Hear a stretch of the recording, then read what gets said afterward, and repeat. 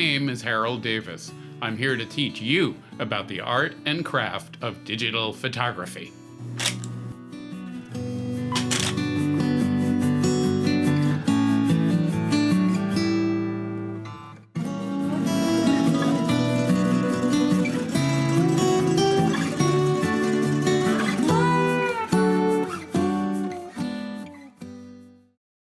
Hello, everyone, and welcome to the Harold Davis Studio in Berkeley, California.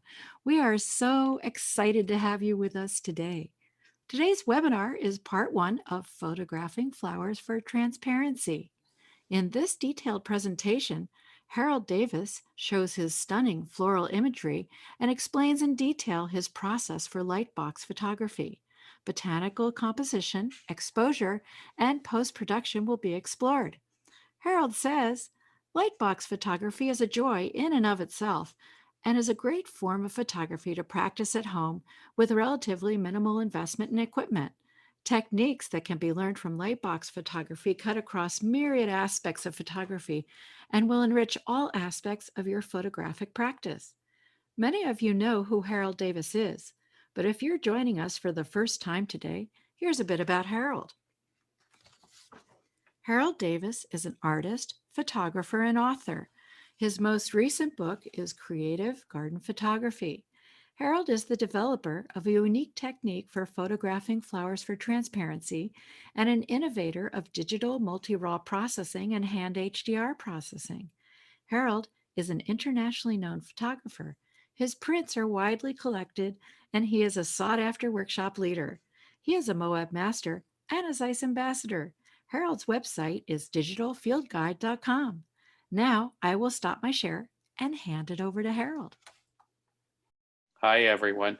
Thank you for the wonderful introduction today. I'm really excited to be here and to be leading this virtual workshop in lightbox photography. And so many people are kind of new to this, and that is just great. You're in the right place here. And if you're coming back for a refresher, we'll try to do that as well. Here's what the agenda is today.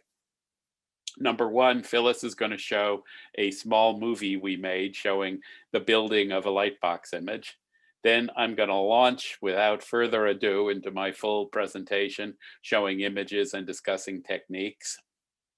Then we have another short movie showing creation of an image on a lightbox. And then I'm going to show you some simple aspects of processing an image on a lightbox. So really that's 4 parts. It's a complicated webinar that we've worked hard to bring to you. And what we also want to do as we bring it is point out point out the various resources that we have. Yes, Mary Louise, I have a black blob. Hopefully it won't eat me on this side. See, so if I go up, down, it's my green screen. It's windy here today, and when the wind gusts a little bit, it blows Harold's green screen around, and then it makes the blob. Also, when I exhale a lot, because as Phyllis mentioned, I got my first vaccination shot yesterday, so I'm just beginning at the beginning of the end to exhale with relief. So when I exhale, it makes the blob go higher. So I hope it doesn't distract too much, but we tried to do all we could do about it, and this is the best we got. Phyllis, would you mind rolling the first movie? Sure, the Mandala movie.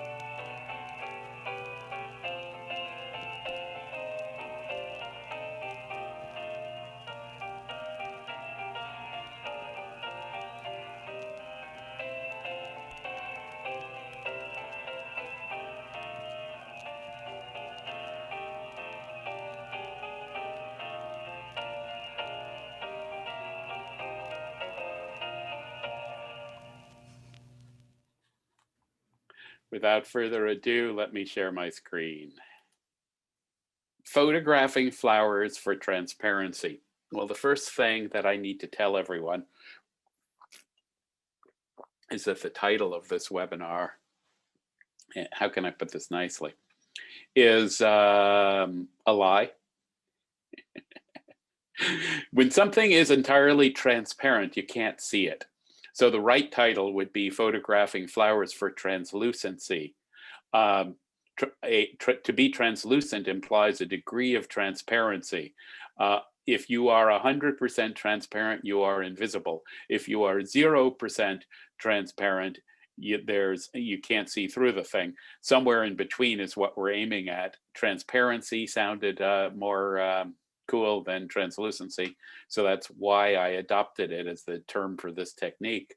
But it's important to keep in mind that really what we're aiming at is to reproduce a degree of translucency that you often find in flower petals, or as we'll see in other kinds of substances, other kinds of materials as well. Creative Garden Photography from Rocky Nook, our most recent book, contains a lot of material on lightbox photography in the section on bringing the garden inside, and it's probably my book with the most on this kind of photography. There's a pretty thorough set of techniques for how to work with it. And here are some of my other books. This is a table of contents for this presentation. Why do it? Who is your mama? Life is an illusion. Arrangement, exposing, processing, presenting. Well, why do it is pretty simple, because you can make beautiful work. Who is your mama is about my belief that when you see a pixel in a digital image, you don't really know where it comes from. It could come from a capture, or it could come from the Photoshop brush tool, or it could come from other places as well. But it really doesn't matter in the long run if you produce an image that's beautiful. And all photography is an illusion. By definition, a two-dimensional rendition of a three-dimensional world cannot possibly be real. So this is particularly true with lightbox photography, where a lot of images look like they're bouquets of flowers, but actually they're flat on a lightbox. The whole thing works because of arrangement of the flowers. That's the single most important part of lightbox photography, is how the arrangement works. And we'll talk about how to expose these images, how to present them, and how to process them, and maybe we'll have a little on presenting the images. So this first set of images, like these beautiful red poppies, are really about why this is a technique worth doing. For example, with these daffodils, there's a fair amount of translucency in the daffodil petals, but the real part of the translucency comes out in the onion skin peeling that's beneath the daffodil blossom. Note that on these images, which I've made to look more like a Dutch watercolor perhaps, in post-production, I put them on top of a screened piece of old antiqued paper. So that's not part of the light box. These are photographed on white, and then there's a fairly straightforward technique to adding them to a texture that one creates or that one comes from another place. Phyllis, please do remind me to point them to the resources, including the FAQs on our website, where there's a lot of good information about these kinds of things, about backgrounds and textures, and also, in fact, about what kind of light box to buy. These are some of what they call 2-week irises, again, texturized on a piece of paper. And this one is actually a Photoshop simulation of a print, because the original image of peonies, one of my favorite flowers to photograph, was photographed on a white background. The image itself was then placed in Photoshop on a kind of cream colored background and then printed on this textured washi paper. And then we hand applied the stamp on the lower right to it, an inkan, as it's called in Japan. And this says, for whatever it's worth, photographer as poet. So, so the actual print, when it rolls off on washi, looks a lot like this, and it's quite a gorgeous thing with a lot of translucency. I like to point to this Stellata magnolia image as an example of what is sometimes what is called chiaroscuro, and the idea of chiaroscuro, of which Leonardo da Vinci was perhaps the first painter to really take advantage of, was that by layering lights and darks next to one another, you create an image of depth. So if you look at this image, you'll see a couple of places where the petals cross the dark brown stems and look highly translucent. So consider that the way I created that was to paint the stem brown part of it darker slightly and the petal part lighter slightly. This is the slightly part's important. You don't want to overdo this effect, but that creates an illusion of translucency using chiaroscuro. Before we go to why do it, I am going to stop and answer a couple of questions. And if Phyllis, if there are any others that have come in that I don't answer or see, please address them here. Marilyn, if you can certainly use Topaz Studio or Luminar instead of Photoshop, you can use Capture One as well. Anything that will process raw files can be used to combine them.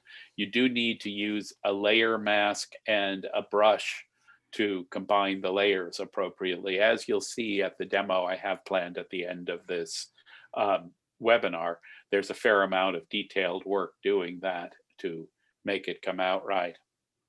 Are the flowers placed flat on the light box or in front of the light box? Is one easier than another? So I'm not sure I understand the question, but most of these are placed flat on the light box, with some bigger kinds of flowers, or when they're in a vase to hold them up, then I sometimes will work with a vertical image. I did an entire webinar, the recording of that's available, called Three-Dimensional Lightbox Photography. In fact, I think I did a part 1 and part 2 of that. So if you're interested in doing that, you might want to check those out. Phyllis, could you put in the chat box some resources at this point? For example, the table of contents for our webinars page for the previous webinars, I think would be helpful to people.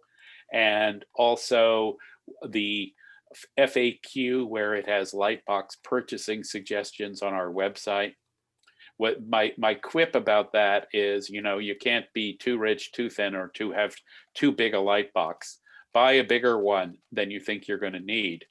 We also have on that FAQ on the website a plan for how to build your own, along with a bill of materials from someplace like Lowe's or Home Depot, with about $100 worth of materials. So, you can buy them pre-made from Amazon or anywhere else, or Dick Blick Art Supplies, or you can find an old used one. A lot of the uses of light boxes prior to digital photography were for things like slide sorting, printers, looking at mechanicals and things like that on them.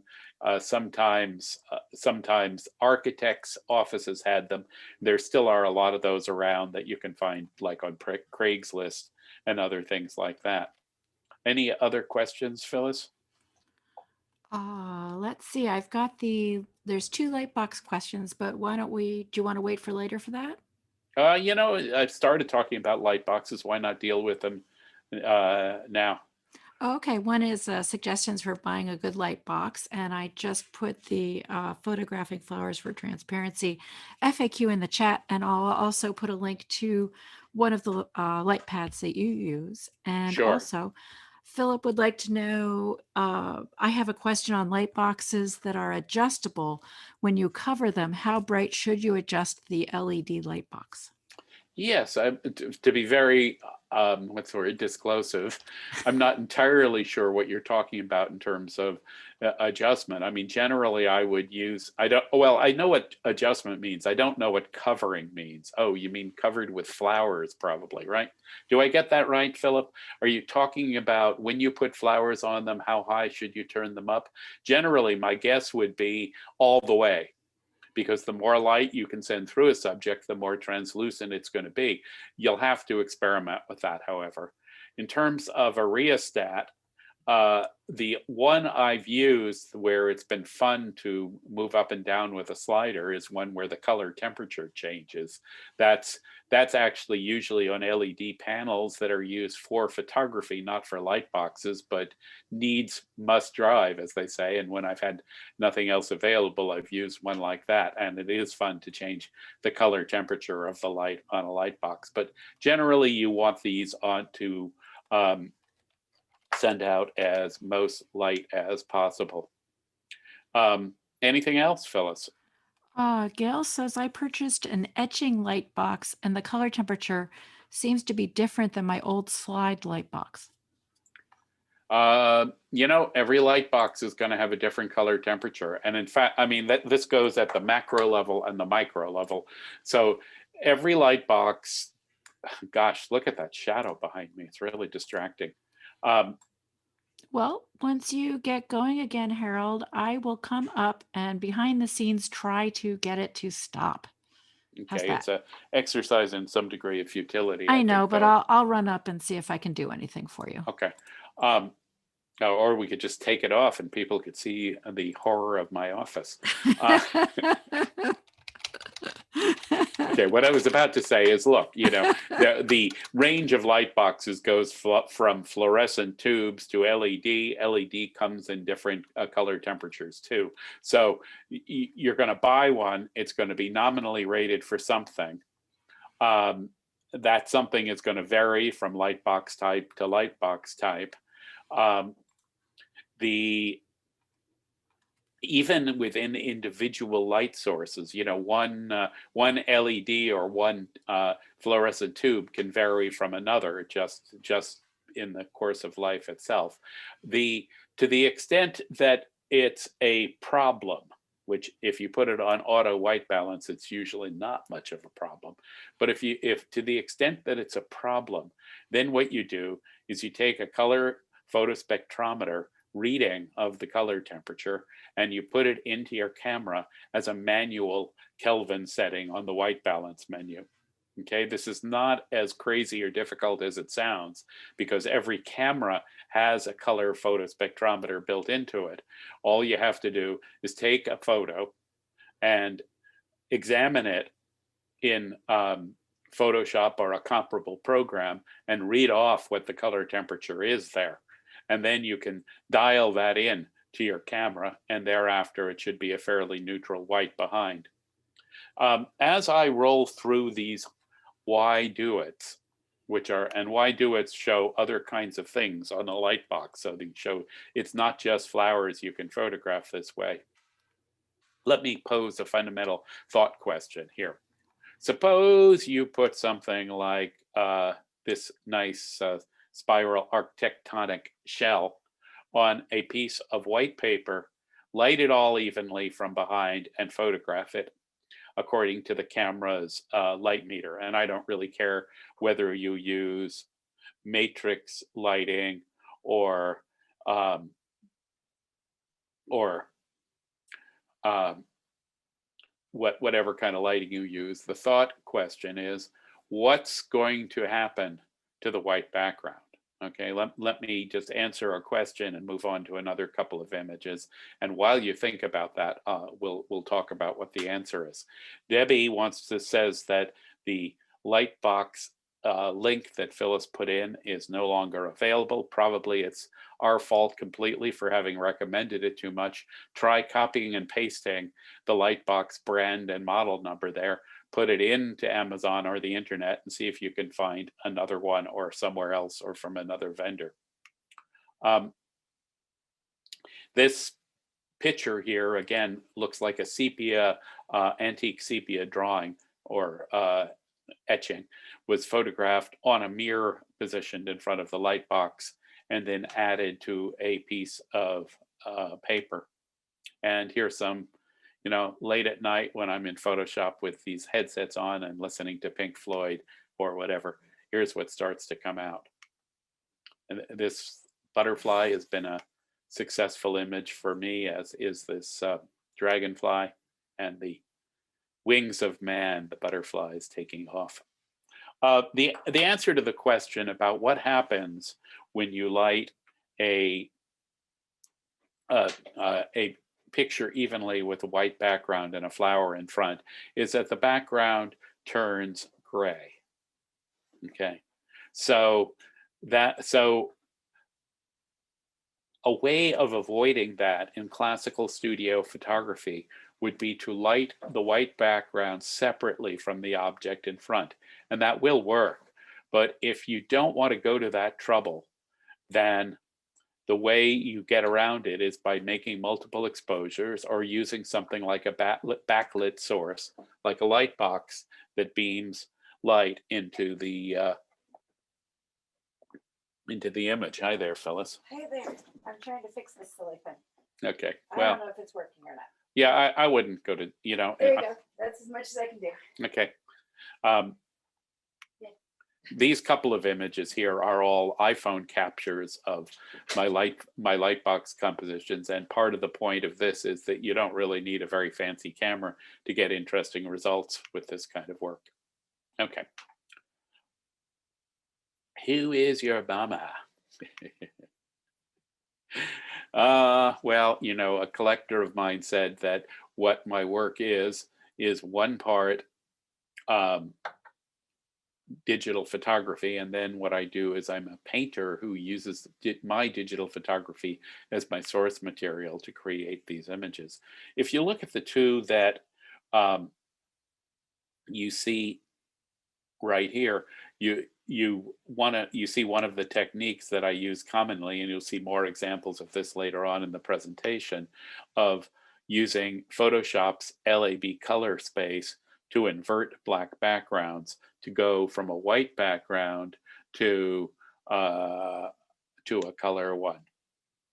So we'll have a look at that later on. Here's a picture of a dahlia, and I have, as part of this presentation later on, the individual exposures that were used to create this. And then it's on a background as a matter of finishing it off in Photoshop in presentation. Here's the same image on a light screened image. I really, need to emphasize that what this kind of photography is truly about is about composition and seeing far more than the techniques. You can bat your way through any set of techniques, but it's harder to do that if you don't have something valid to see. As Ansel Adams put it, there's nothing worse than a sharp picture of a fuzzy concept. It's a rough quote. But both this Campanula and Popovers and this cherry branch here were vertically with the light box behind. And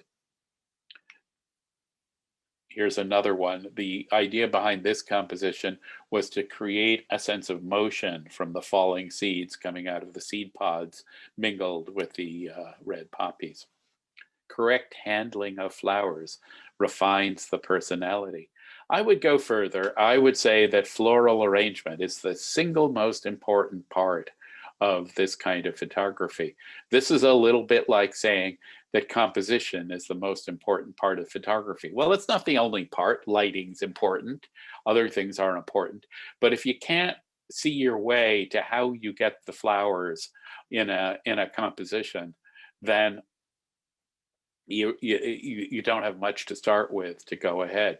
So some florists and floral stores do have courses on floral arrangement, and also the Japanese floral arrangement discipline, Ikebana, of which there are books and courses and so on, are a good place to start with that. It's worth pointing out, or it's an important thing to point out, or it's something that I always point out, however you want to put this, that every flower composition has a structure. For the most part, you don't just throw flower petals out there. Well, I've done one or two like that where I'm pretending I'm Jackson Pollock with flowers, but that's not how mostly they go. A very common and perhaps one of the easiest structures to emulate is the circular or spiral mandala, like the little movie we started with. Another common one is the bouquet. As a thought experiment, think about what the structure is in this image of irises and poppies. It's, of course, the stem of the iris that is rising like a tree bouquet through the mass of flowers. So that is another very, very common structure. You need to think about what the structure of your light box image is going to be.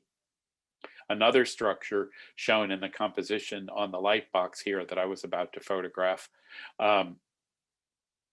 is the sort of garden flower stems stalking up like that. And you'll see a lot of those images as we move along here. So the thistles here were photographed upright. They're about 5 feet tall, and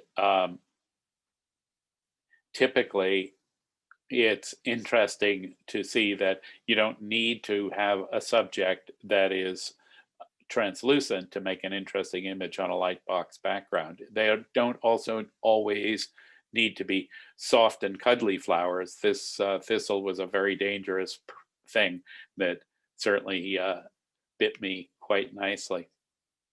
If you look at this Magnolia stellata panorama here with a textured background behind it, a couple of things. First of all, these panoramic images mostly are photographed in pieces and stitched in Photoshop. So that's an important point in terms of composition.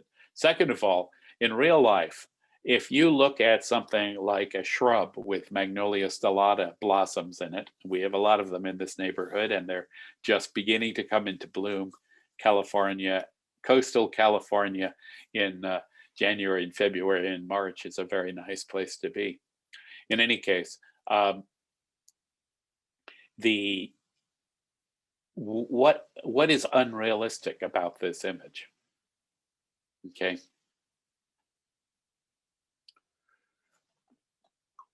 Anybody want to put anything into the chat box? What's wrong here? In terms of, by wrong, not something you'll see in nature. Okay, so not necessarily too flat. Not necessarily all from one main stem. Lisa has got the prize here. The flowers are all facing us. Okay, or so many of them are facing us. That doesn't happen in nature. Okay, maybe some other things don't happen in nature here, in fairness. Maybe it's also too wide, although some of the Magnolia stellata shrubs around us are pretty wide indeed. But that really will depend on how it's been cropped. But you never have a situation in nature where you have a dozen blossoms facing the camera. So the only way you get that on a light box composition is by hurting the ones you love, by cutting them out and positioning them. For this composition, I cut the magnolia shrub into about 100 pieces. And the same thing really here with this pink clematis. It's a reassemblage. So what I've done here is I've cut out the pieces and I've put them back together. And with these poppies, here's another example. This is the original Lightbox photograph on white, and here's the LAB L channel inversion of it. Okay. Before I go on to talk about exposure, let's talk about lenses. You know, one thing I hear about Lightbox photography is that, oh, you must have a good macro lens for that. Well, for the most part, this is not macro territory. Mostly this is 50 millimeter territory. There's a geometry problem involved with the lens, namely there's only so far above the light box you can go. You can't use a wide angle lens, or you get the background behind the light box, your rug, your floor, your cat, whatever it is you have there. You can't really use a telephoto lens unless you're unless you want a detail of a flower and not a broader composition. So fundamentally, you want basically what they call a normal focal length lens. On a full frame camera, this is a 50 millimeter or 55 millimeter lens. You also prefer to work with a prime lens. So the ideal lens for lightbox photography is a prime normal focal length lens, a 50 millimeter lens. Perhaps this came with your camera. The good news is that these are optically superb lenses, and they're not the world's most expensive lenses. The reason you don't want to use a zoom lens typically is because zoom lenses tend to have what's called creep. When you put the zoom lens down on a lightbox composition, the zoom thing can move up or down, and between multiple shots, that's a problem. A possible solution to that is tape, or if you have a zoom lens that happens to not have creep, there are a few that will work too. I'm not saying you can't use a zoom lens if you can deal with the creep problem, but it's a problem. The lens I use for most of my compositions is a Zeiss 55 millimeter Otis, which is a really, really, really nice lens. I like it a lot. You know, for photographers, a lens is what a paintbrush was to Picasso or an impressionist. It's the tool we use to transmogrify the world, and different lenses do that in different individual ways. So the way light and color is rendered is the most important thing. Here's the 5-cent version or 10-cent version of exposure. The goal is to create a white background. Typically, I do 7 to 10 exposures on the light box. Often 8 would be a good number. You start completely overexposed. That's, you know, starting completely overexposed, that's not necessary. You should start at one end or the other. You could also start at the underexposed end. We'll look a little more at what overexposed and underexposed means in a minute.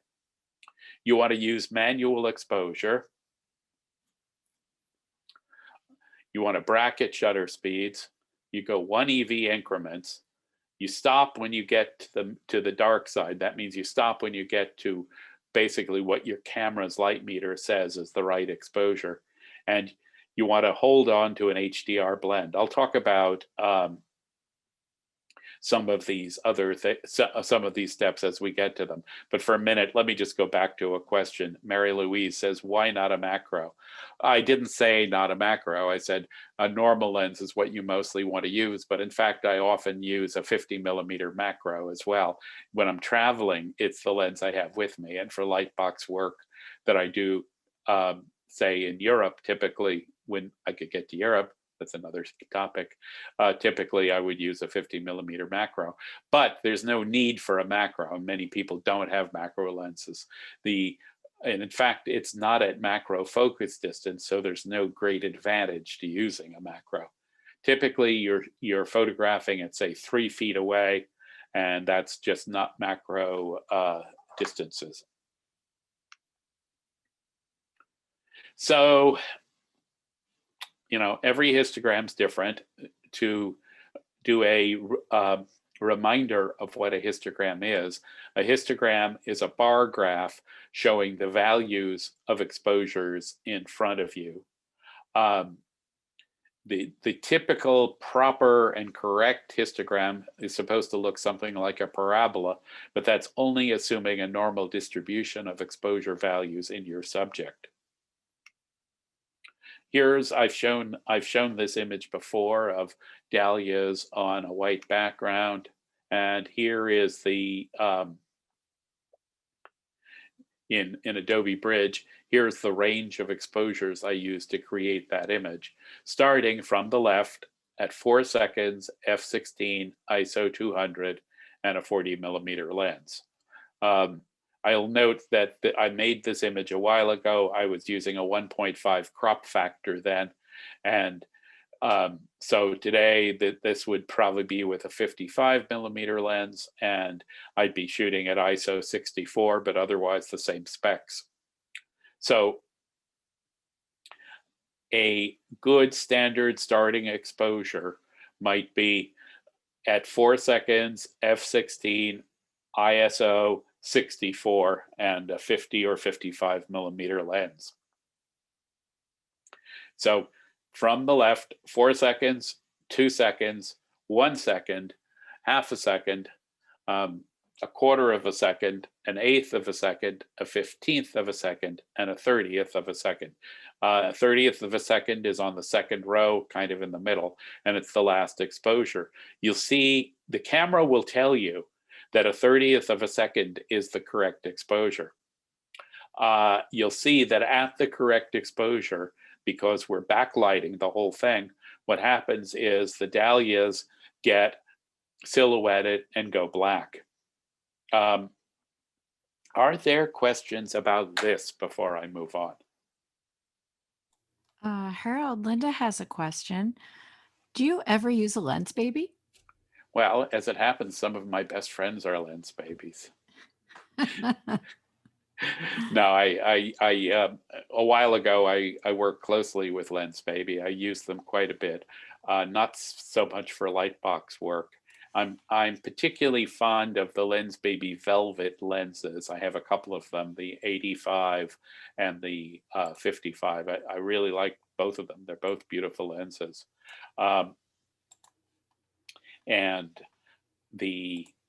But not so much for box work, because the sweet spot doesn't help you much with this kind of work, at least for me and for what I like to do. Prove me wrong, please, Linda. Or it's not proving me wrong, it's doing something creatively with a Lens Baby and a light box. This is a field that's wide open. I'd like to see what you come up with. And that leads to another thing. By all means, please feel free to send Phyllis and to send me JPEGs. We'd love to see what you're up to. And if you get to them before we do the second of these workshops on February 27th, please, that'll be great. Maybe we'll be able to raise some interesting points from them in the webinar then, as we go into more depth of some of the topics that we're raising here. So please send us work. Speaking of February 27th, it's worth noting that we have a follow-on part 2 of photographing flowers for transparency on February 27th. And I will be showing some LAB color techniques toward the end of this presentation. I don't go into that in great detail in this webinar because it's a very substantial topic on its own, but we are having a webinar coming up on LAB color. Phyllis, do you know the date on that? I just put the link into the chat box. It doesn't look like it quite did the entire link. Silly thing. but I will find out in just a sec. Hold Okay, on. And while there's you're doing that, let me answer a few yeah, questions. there's a couple questions. Right. So LAB is January 30th. so January 30th for LAB, if what you see intrigues you, that you probably should sign up for that. And the second one in this series on February 27th. Do you have a preferred aperture for lightbox work? That's a great question. If the geometry of it is that you're down and perpendicular to the subject, well, it really doesn't matter very much then. Usually I would then photograph at f8 or f11, which tends to be the sharpest apertures, and say, okay, I don't really want to photograph wide open just because I may need a little depth of field because a petal's sticking up or something. On the other hand, sometimes there are situations where there is a top to bottom differential in distance from the camera, or there's a substantial angle, or for some reason I need depth of field. In that case, I will stop down the lens all the way, f16 or f22. And one of the things I do like about the Zeiss lenses, in fairness, they are one of our sponsors, but that's nothing to do with this, is they're pretty much of high optical quality across the aperture range. So either the middle of the range, the aperture is f8 or f11 or f16. You very rarely do a lightbox image wide open. Cameras on the tripod, there's no reason for doing that. I'm going to put the exposure settings I mentioned into the chat box, but I said start at 4 seconds, ISO 64 f16. So that's a pretty typical on manual. That's a pretty typical exposure start setting, start of the sequence. Actually, though, you're going to have to experiment. I hate to tell you. One of the things that's so liberating about digital cameras as compared to film is that you can actually get feedback on what you've done immediately. Really, what you want to do is go completely white, more or less, like the 4 second exposure shown on screen, to almost completely silhouetted, like the 1/30th of a second shown on screen. And that range of exposure values from a 1/30th of a second to 4 seconds is about right for this kind of photography. Let's see, there were a few other questions. Do you ever focus stack in your lightbox work? Well, I would if I needed to, if there were enough depth in the image, but typically speaking, there is not. There is a section on focus stacking in creative garden photography, so that's something you might want to have a look at. Though, just one more thing on the topic of looking at the images in your LCD. It often happens that I don't really use all the ones I've shot. What I like to say is film is so expensive, ha ha, meaning there's no cost to taking extra digital photographers, extra, excuse me, I'm getting a little Sahara here. Extra digital captures, so if you might need it, shoot it, what the heck. And that's on the exposure range. I would only use focus stacking if I need it. I would only need focus stacking if I wanted every part of my image to be in focus, and stopping down all the way doesn't do it. This is not that kind of image making for the most part, but prove me wrong. Find an image on the lightbox that has enough depth that it needs focus stacking, and go ahead and focus stack and let me see the results, please. Harold, Mary Ellen also has another question. I see the paper atop the light box. That's it. Mary, can you amplify what you mean by that, please? While she's thinking about it and maybe entering it in here, because I don't quite understand. The light box is already a diffuse light source. I don't usually need to diffuse it further. But maybe you mean something I haven't thought of, so let me know. Does anybody have more questions about the exposure and exposure settings at this point?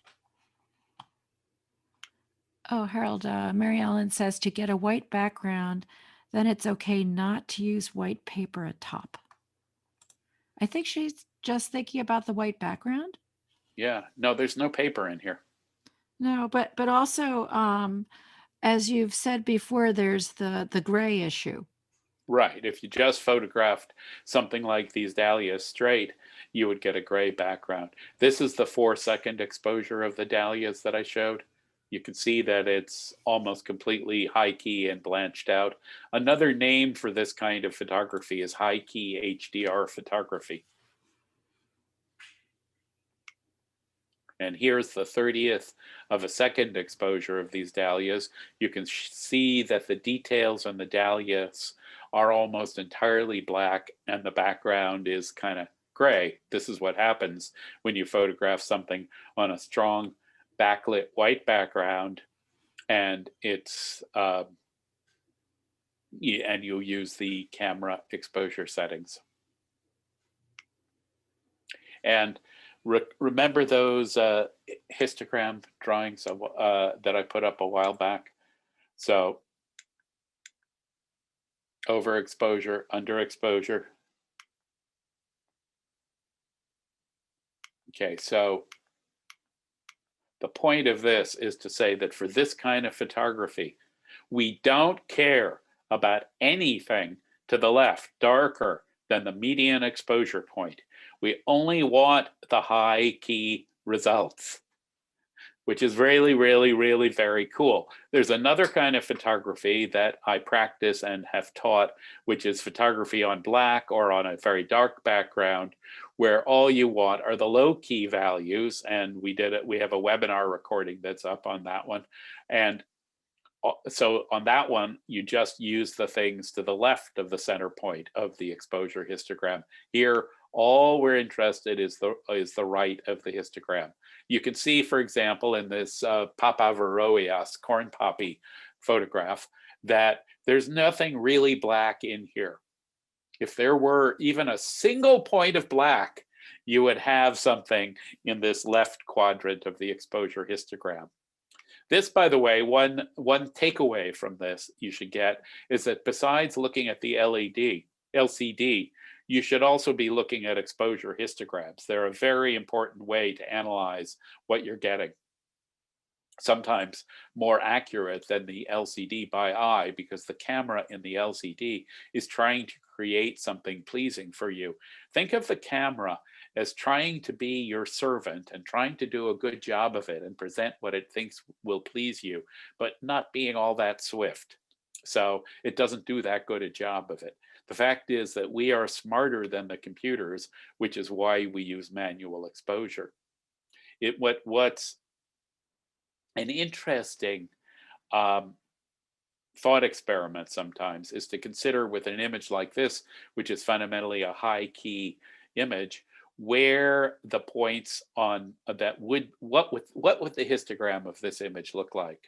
So if you think about it, primarily it's going to be pinged over to the right and sort of like a mountain over on the right side of the exposure histogram, but there are going to be one or two pings. You can see it in that center dahlia there and up at the edges of some petals that are black. So you're going to have this rise on the, oops, I'm wrong-handed here. Oop, getting backwards. You're gonna have this rise on the right side, a mountain, and then it's gonna go along flat along the bottom, and then there are going to be a few little kind of maybe 2,000-foot peaks as opposed to the 14,000-foot peak on the right that represent the blacks at the edges of the petals and the inside of the dahlia. Here's another structure, one showing the bouquet kind of thing. All right. Before we move along to image processing, I'm going to ask if there are any more questions about exposure. This dahlia image, I guess Mary was asking, is it composed with flowers or done in Photoshop later?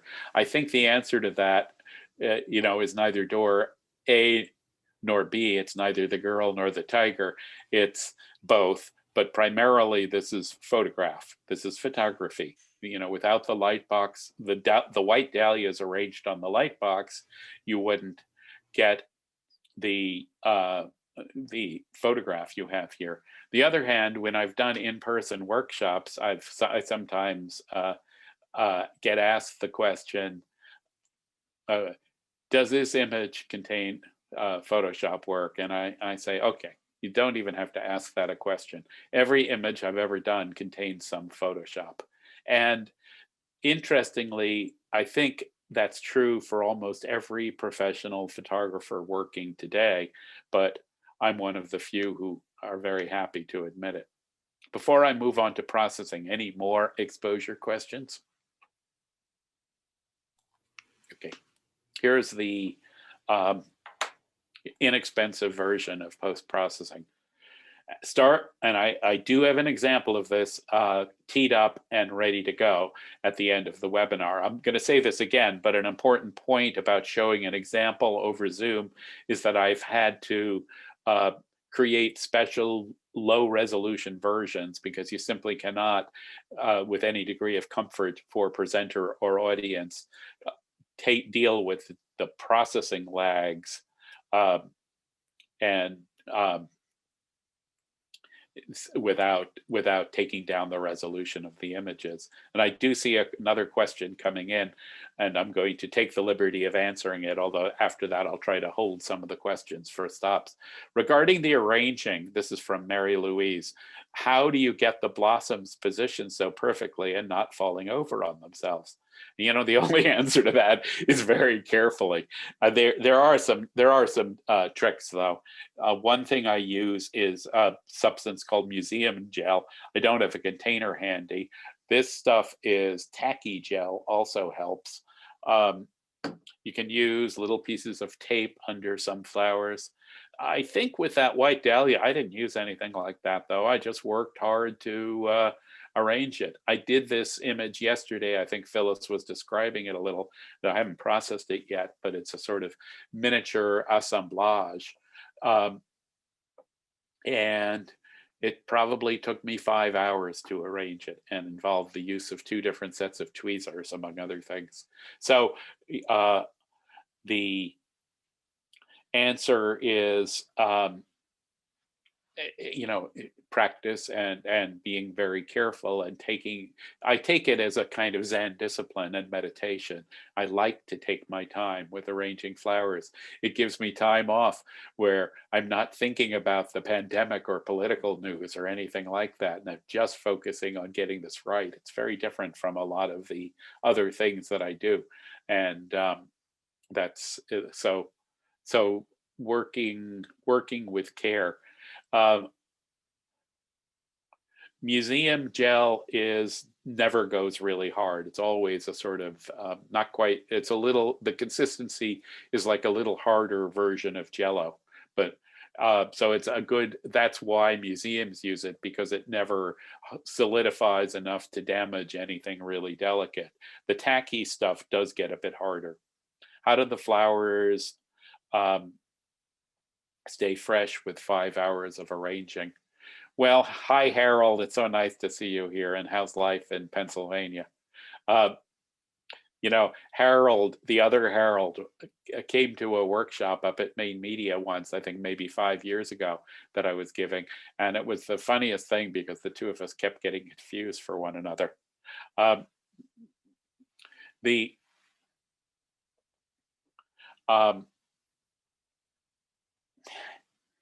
It depends on the flower species, first of all, and depends how fresh they are when you start on them. But and sometimes 5 hours is overdoing it. But I find that many of them will stay fresh that long.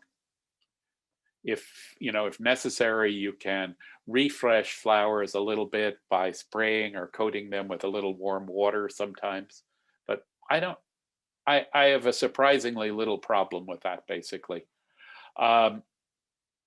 Okay, I see a few more questions.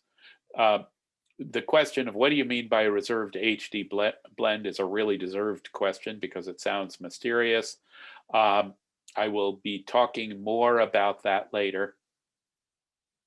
The idea is that There are two kinds of HDR photography in the world, high dynamic range photography in the world. One kind is you put it through a piece of software like Photoshop, Lightroom, Aurora, Nik HDR FX, and it gives you some filters and some presets, but at the end of the day, it's a sausage factory and out comes a blend. So that is what I call HDR blend here. The other kind of HDR photography means you work on it with layers, a layer mask, and a brush, and you create by hand the various versions of the layers you want. And mostly this is hand HDR, that what you see here. But I do sometimes like to put a little bit of a reserved HDR blend on top. And that's what it means. That's what we mean by reserved HDR blend here. Do you light the front of the images too? That's a great question. Consider that if you light the front of the images, the more you light the front of the images, it's a balancing act. The more you light the front of the images, the less backlighting you have comparatively, therefore the less translucency. However, if you don't light the front of the images, you don't see any of the back of the image. Mostly, if I light the front of the image, I do it very discreetly and at low volumes of light.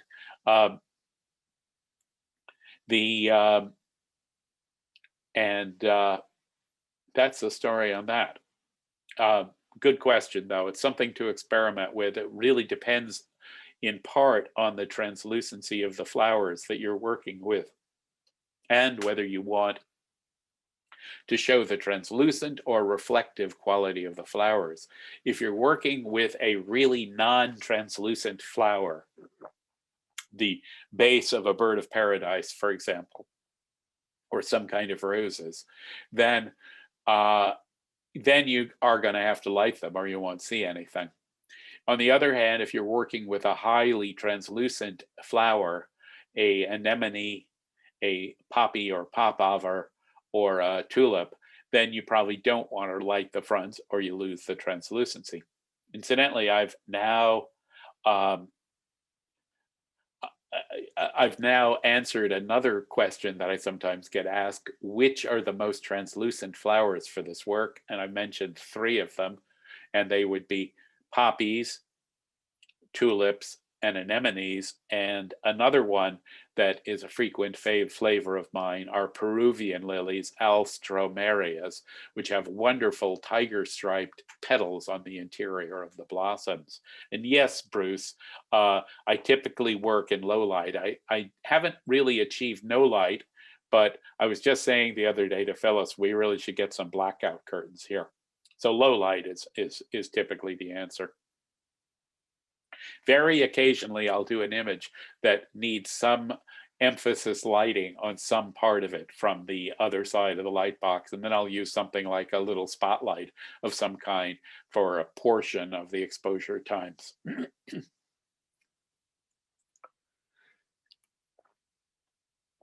Phyllis, are there any more questions out there that I've missed, or do I think I've got them all? I think you have been just rolling. You're on a roll today, Harold. Well, it's nothing like the beginning of the end and a new situation in politics and everything else. Yeah, so I thank you for putting those tweezers in. I really should have a tool list up there, but that's not something we've done.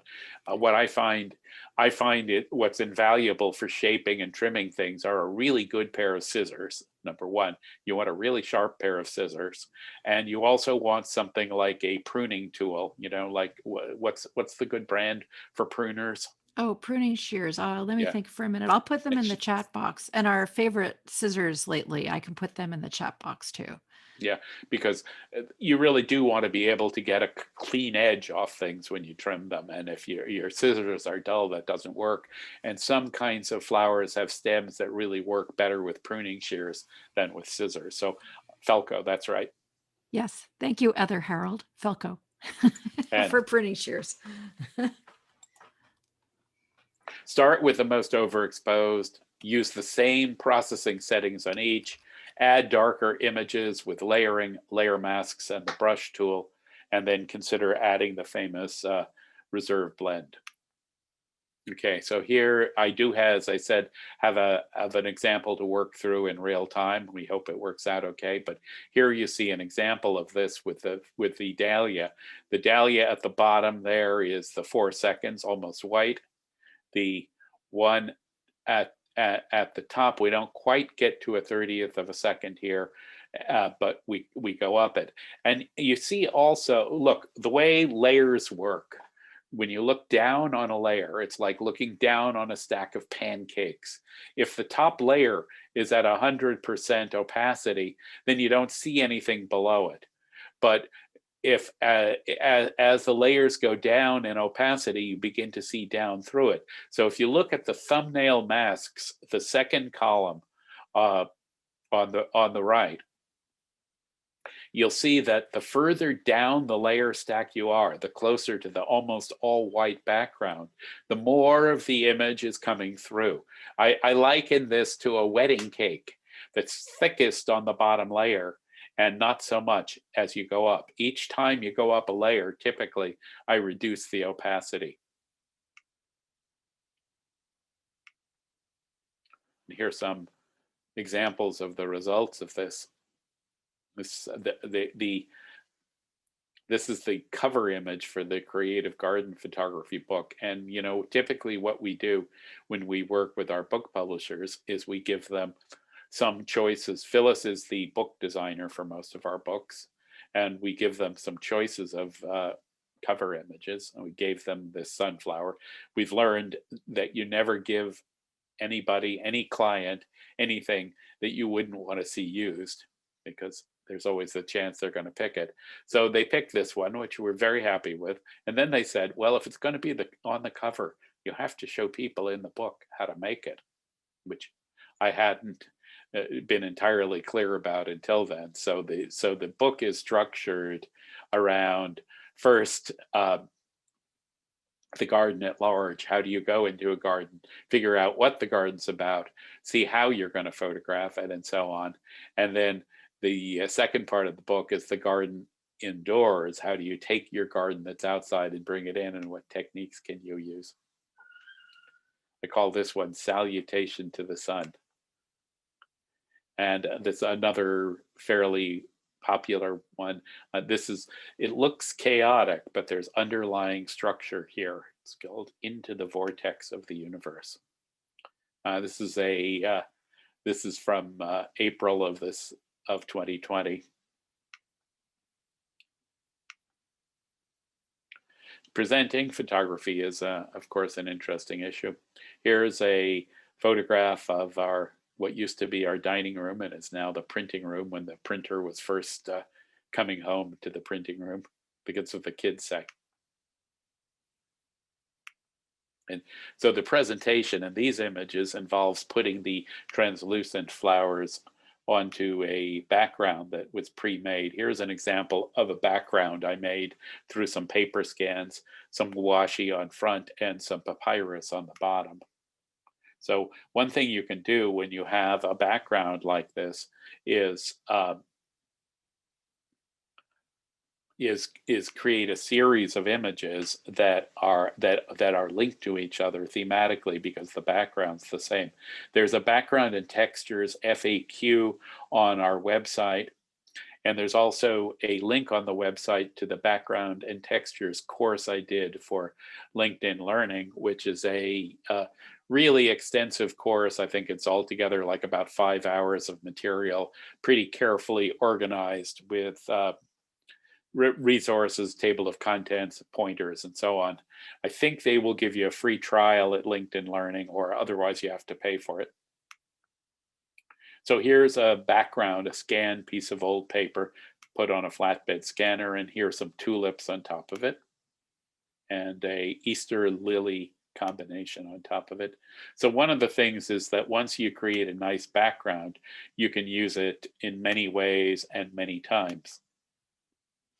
I'm not 100% sure why I put this slide in when I started this presentation. It's a pretty classical spiral, and it's not on a light box. It's on a old baking tin sheet. Same processing techniques. Here with the pebbles in this spiral, the fact is that the pebbles are pretty much black up above when they're lit from behind because no light goes through the pebbles. So I did use a little headlamp to trace out some light on this side of the light box. Here, this is another pretty classic mandala photo. And again, with that starfish, you're going to have to light it on the front side or you won't see it. And Paul Clay and Wabi Sabi's Garden is what I've called this one. I put in the moth over there for fun. And another kind of pattern is just a sort of amalgamation of things. These are flowers from this year. Here's a lone honeysuckle blossom. So you don't have to necessarily make elaborate compositions. For something like this,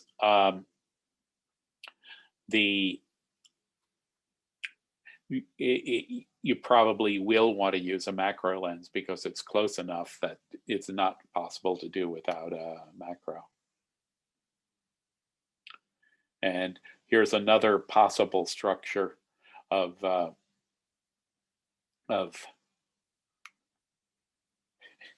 duets are something I enjoy. Here's a recent duet which shows very nicely the translucency of the second poppy under the first, and here's an older one where it's clear they're having a relationship of some kind here. Yeah, a clematis from the vine that hangs over our garden gate, and poppies from our pandemic garden. A pale garden is what I called this one.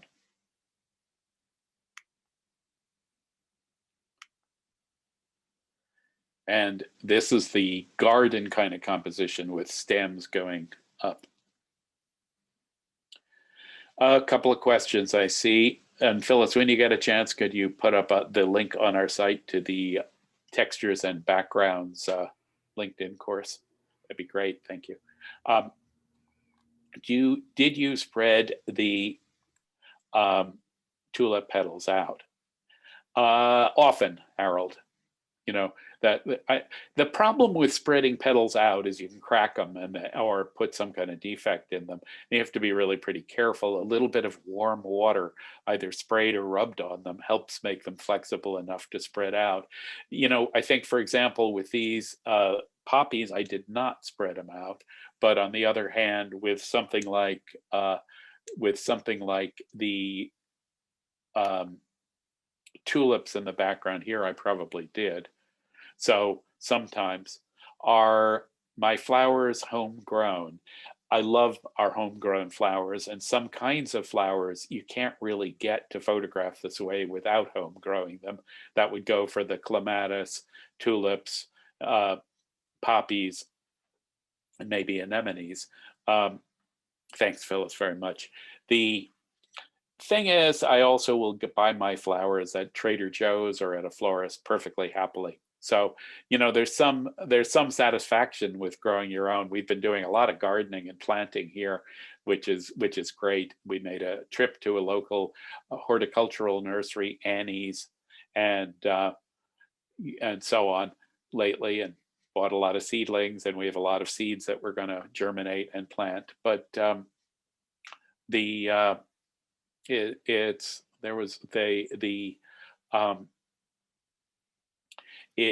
it's also fine to just buy flowers, particularly times of year where you can't grow them. I did see a question also about what proportion of the layers go down. I'm going to hold any kind of answer for that until I actually show the example that I have. Here's a Brugmansia angel trumpet, and again put on a background.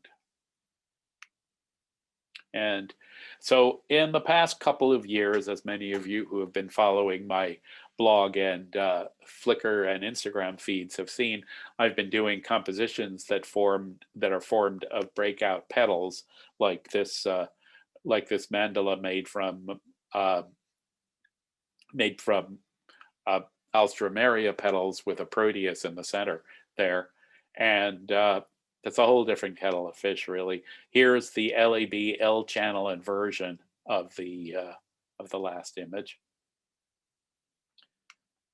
And here's this one I did a few days ago, and it's a L channel LAB inversion of this mandala, kind of slightly unnatural colors. Here's a nice white popover, a clematis on black, photographed on a light box, inverted to black. I threw in a couple of these images, which I did a couple of years ago with my friend, radiologist, Dr. Julian Kupfka. These are part X-rays and part light box images. So what we do is we align the light box with the X-ray and combine them. So you're seeing the inside and the outside of the image at the same time, and we call them fusion X-rays. Here's a sunflower fusion X-ray.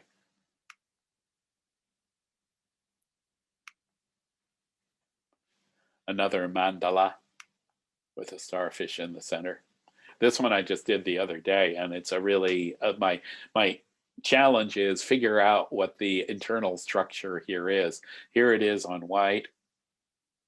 Here it is on black. I like it.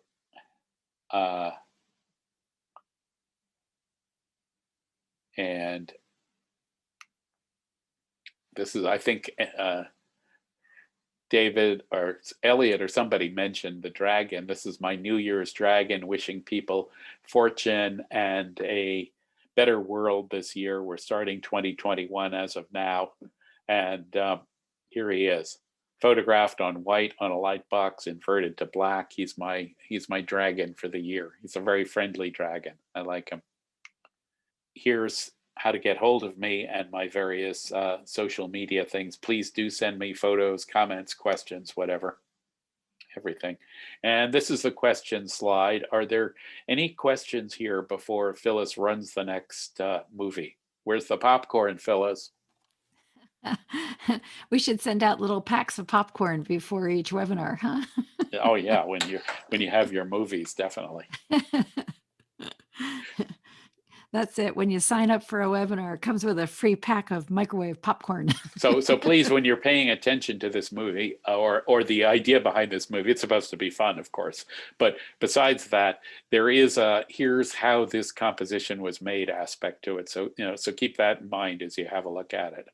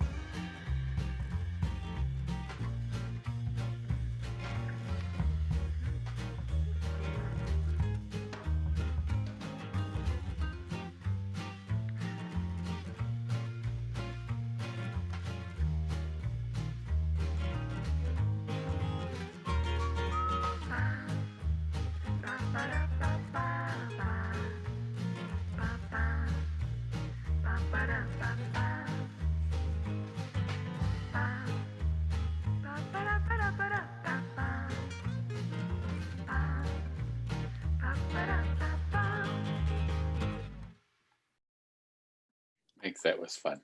You share my screen. So here's what we're going to be looking at. This is shown in Adobe Bridge, and the exposure set is all exposures at f16 ISO 64 with a 55mm lens. This is a 15th of a second. This is an 1/8 of a second. This is a 1/4 of a second. This is 1/2 a second. This is 1 second.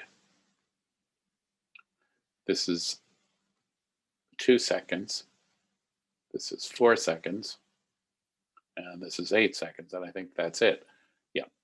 So I want to point out, first of all, I have never processed this image.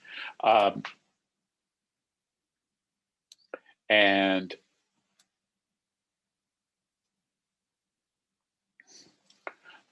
I've never processed this image, and so this is going to be virgin territory as we'll do it. You can see me stumbling forward and backwards as I go through it, and that's fine because that's what happens.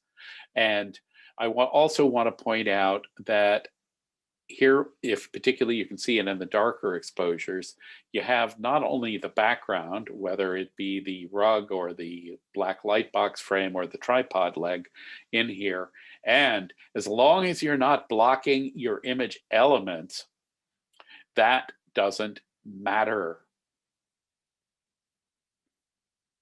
Okay.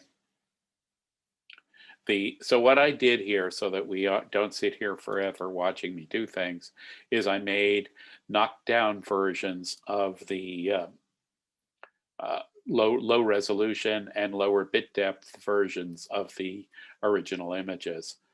Also, before I go further, I should talk a little more about the reserved HDR blend part of this.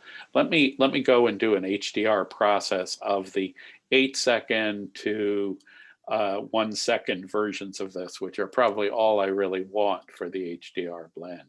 So I'm going to run this through Nik HDR FX Pro, and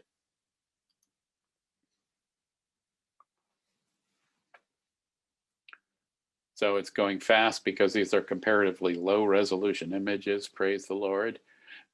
You can see that they're spaced at what it thinks of as normal there, -1 EV, +1 EV, +2 EV. You can read those numbers off the top.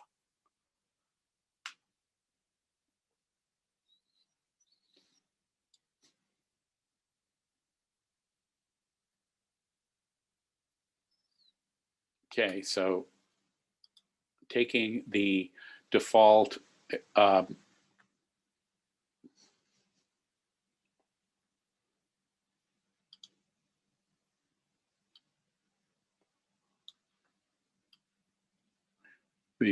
thing here. First of all, what I would do is I'm going to balance this so it looks a little less gray.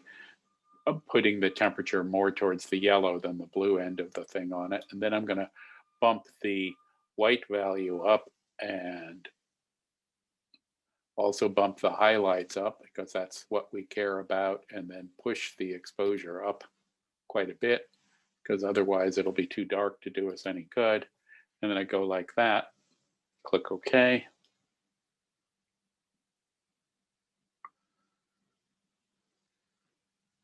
Okay, so we would not never use this all as it is, but as kind of a pieces of things, it's kind of handy. So I'm going to save this, and I have to figure out where I was to save it, of course. I'm going to save it in my example. I've got low res. I'm going to do a new folder under that called Work in Progress, WIP. It wants to save it as a TIFF. I'm going to save it as a Photoshop file, and I'm going to call it HDR blend. I'm going to save it. Saved. I'm going to minimize it, and I'm going to go back to our set of images. Now I'm going to try again. with opening this. Hopefully it'll open right this time. No, I don't think so.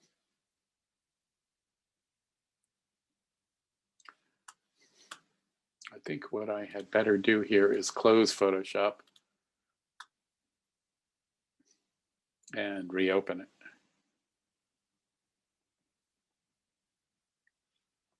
Okay, let's try that again. Because you can see there are some details here. It's not.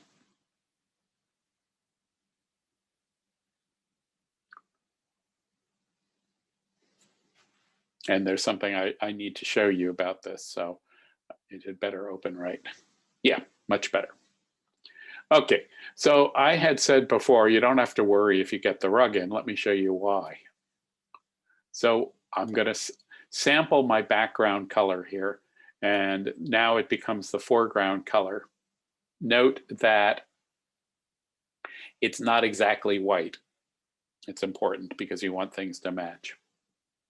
So I'm going to take my brush tool, I'm going to put it to 100% flow, 100% opacity, and going to paint out the rug and the edge of the light box. Like that. You know, this is really a very easy thing to do.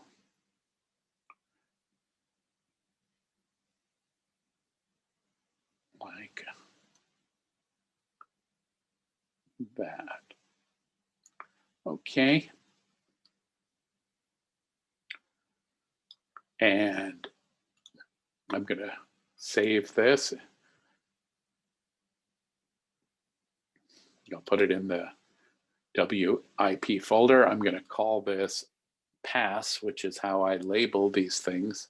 And I'm going to go like this, save, going to go into here, and I'm going to, let's see, this one was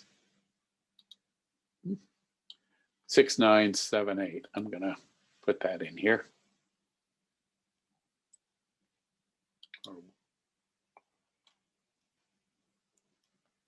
That. So that's the bottom of my layer stack for this image. Let me make the image just a little bit smaller on the screen, like that, and then let me go fetch the next one.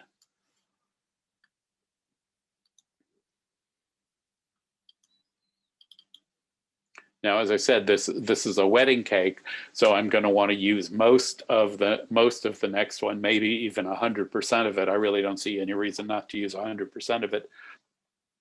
This is 6977 in the next layer.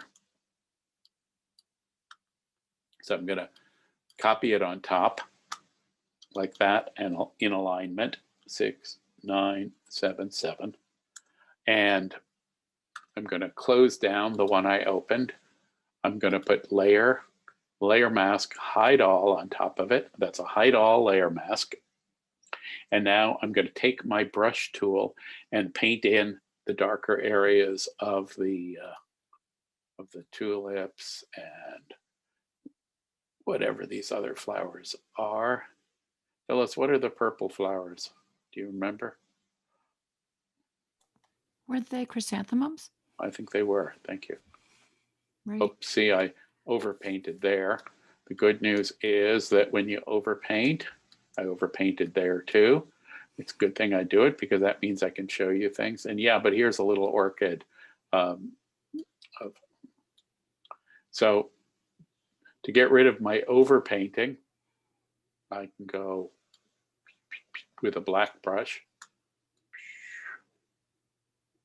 like that. Okay, let me go for the next one. Hey, Harold, next time you copy a layer on top of your layer stack, could you show the layer copy method? Yeah, I was thinking that's a good idea too. Or which method should I show? Here's 6976. So Phyllis points out that in all the books we've written, one of the biggest questions we get, the readers write us most often, how did you align the two layers one on top of each other? Well, it's a pretty easy thing to do, but there are two ways to do it. With 6976, I can go in the, this is called the source, and this one over here is called the target. In the source, I can go select all, edit, copy, and then I can go to the target and I can go edit, paste. And that puts it over in precise alignment. Keep in mind that there are keyboard shortcuts that do the same thing as the menu items. I tend to follow the menus when I do this, you know, as a teacher in front of a classroom. Well, it's been about a year since I've done it in front of a classroom, but on Zoom, because that way you can see what I'm doing, whereas if I'm doing the keyboard, you can't. But that's really pretty much a foolproof way to do it. Here, let me shut this one down. The next layer I put up, I'll show the less foolproof, what I call the cow person method, or cowboy, can I say it? So this is 6976. So once again, we're going to put a layer mask, hide all over it. I'm going to enlarge this image a bit so I can see what I'm doing. It's very, very, very important in Photoshop work to have your image at the right magnification on the screen, right sized. You want to look at everything both close in and far out because they look different in those ways. And when you're painting in, you want to be able to be close enough so you can actually see what the heck you're doing. You'd think that that's not a subtle concept, but it's really surprising how often people forget to do that. So 50% opacity, and since I'm going down my wedding cake, I'll put the flow at 50% and the opacity. Oh, I was trying for 80%. I know I can just enter it, but somehow it's a challenge. And I'm going to start painting in. Now, this part for me is just like magic because you bring in, it's sort of like being in the darkroom with a print in the developer tank used to be, and see the outlines of the print start coming in as time happens. It's like that here. I'm starting to paint in. And if I go too dark on something, which does happen, I can go back out the other way just by putting black on my brush.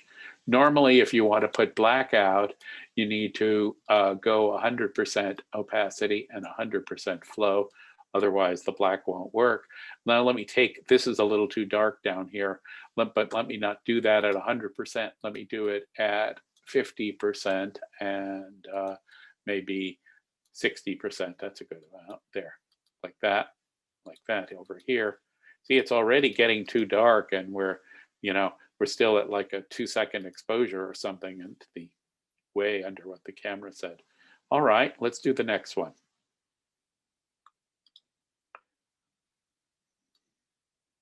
This is 1 second. Okay, this time I'm going to do the other method for copying over. I make sure the move tool selected. I select the source. I hold down the shift key. I pull the source over the target. I let go of the mouse and then let go of the shift key. The order of letting go is important if you're going to do that. And if you get trouble with it, just go back to the select all, edit copy, edit paste method.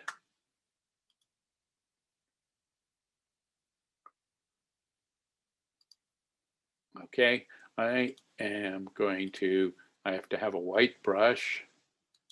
Shut that, and let's see, 50%. Let's leave it this time at about 2/3, 66. One of the big problems with this kind of work is if you overdo the opacity on any particular layer, you can get the dread gray blurs. The dread gray blur, it's like the Dread Pirate Roberts, the dread gray blurs. The dread gray blurs are when you paint over something and you also bring in some grayness from the exposure on the light box around the edges. So you want to be careful of going too dark too soon, because that's what brings in the dread gray blurs. So this pretty much gives you the idea here. I'd probably in real life, I would go one more layer, and then after you go the one more layer, well, let's go the one more layer. Let's do it. Why not? Okay. This one. Oops, I think that's the wrong one. Yeah, it's too dark. So we want 6974. I don't know how I got off track there. It's important to keep track of the layers. That's why I number them in the layer stack, so I don't go totally stark raving mad. Move tool, shift key, source over target, let go of both in order. 6974. Shut down the old version. Get bridge out of the way. Layer mask, hide all, and now we better put the opacity of our brush pretty far down, truthfully. Let's make it a third. We were on 2/3 before, and now we're on 1/3. This area could use a little more. Over here too, a little more here too, a little bit more here too. It's really coming in nicely now. Oh, this is so much fun. Gotta tell you. You wait till you try it. You're gonna have so much fun with this. You really are. Nothing like it. Okay, let me put the HDR blend that we saved over it. Where is that HDR blend?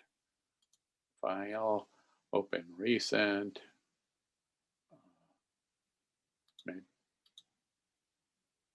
I don't see it. What happened to it? Here it is.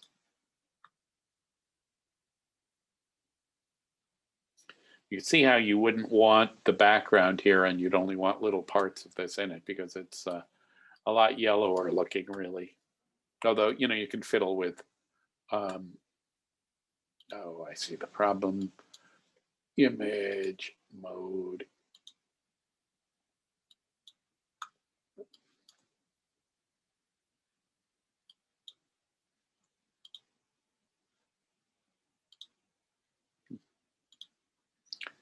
Okay.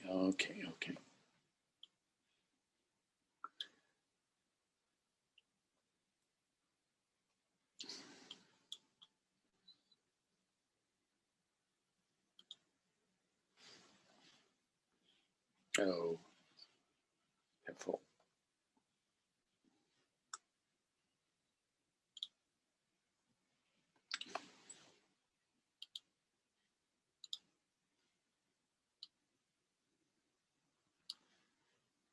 So in this case, we are going to want to be really careful about how we paint in. Layer mask, hide all.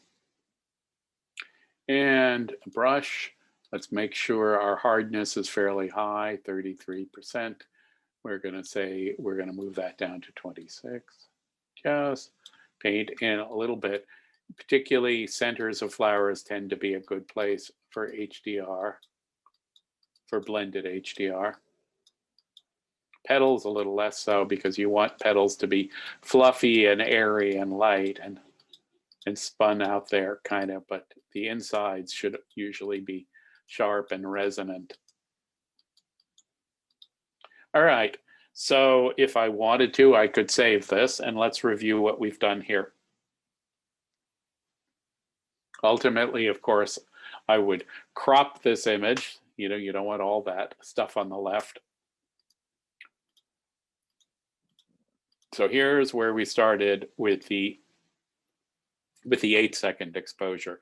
Remember that we painted out the tripod legs, the rug, and the side of the light box when we painted it out.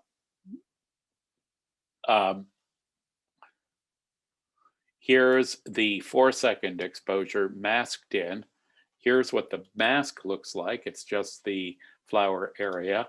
And I'm going to just disable the mask for a second. There it is, disabled. Next, we painted in the 2-second version, then the 1 second, then the half a second, then a little bit of the reserved HDR blend. So there you go. It's beginning to look like a kind of reasonable, a reasonable image. I look forward to seeing what everyone's done. Thank you very, very much, everyone, for sharing your Saturdays with us. We've had fun. I'm going to say goodbye. Goodbye.